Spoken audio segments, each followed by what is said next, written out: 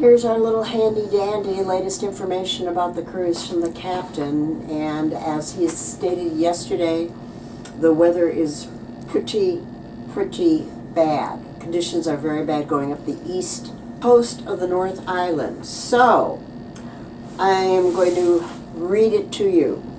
In order to avoid the worst of the weather, we will sail along the west shores of New Zealand and will unfortunately miss our port calls to Napier, Gisborne, and Tauranga. So in other words, after Wellington today, we just sailed for, let's see, today's the 6th, so we sailed for the 7th, 8th, 9th, for 3 straight days.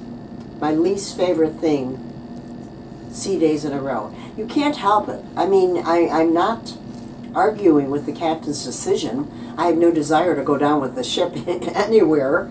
They're doing what's best for the crew and for the passengers, but it is so disappointing. I'm particularly disappointed that we're not going to Napier,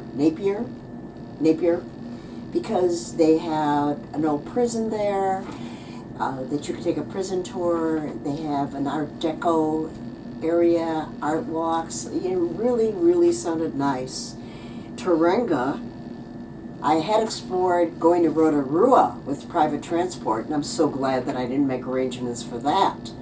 We fortunately did go to Rotorua. Think Yellowstone National Park with its geysers and mud pools and bizarre landscape. Fumaroles once before. Further, they said, oh yeah, we've got a wide range of activities planned for everybody. I don't care.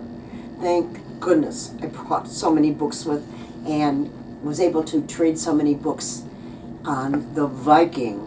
I wonder what the other ships are doing, what Viking Mars is going to do, because they're supposed to end up in Auckland the same day on January 10th.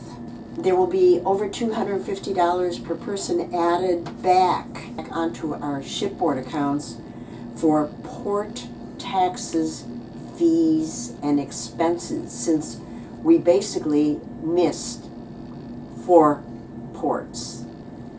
So sad, so depressing. Que sera? What can you do? They say one door closes, another opens. Well, the only door that's opening is that we don't drown at sea, which is a good thing. Well, get ready for 3 days at sea.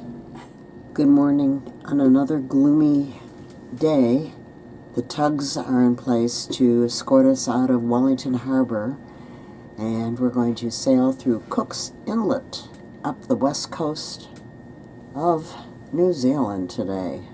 Big whoopee. And off we sail.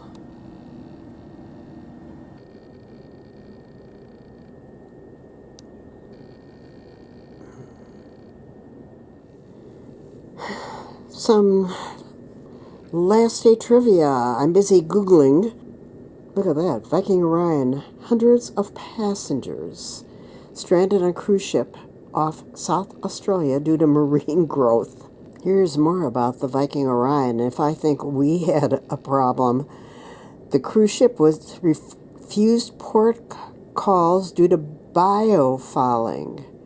Passengers found themselves at sea for a week as port after port in New Zealand and then Australia refused the arrival.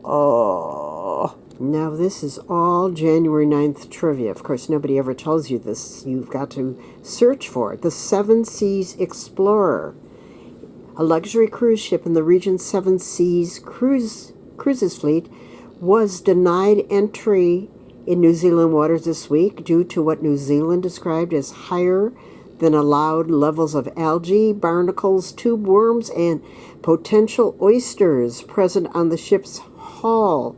Well, they departed Sydney on December 28th with plans to make stops at 8 ports, 3 fjords, and spend 3 days at sea.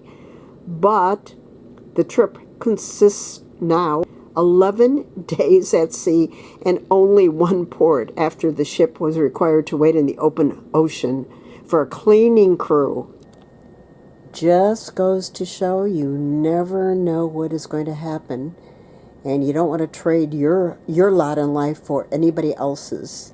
11 days at sea. Ew.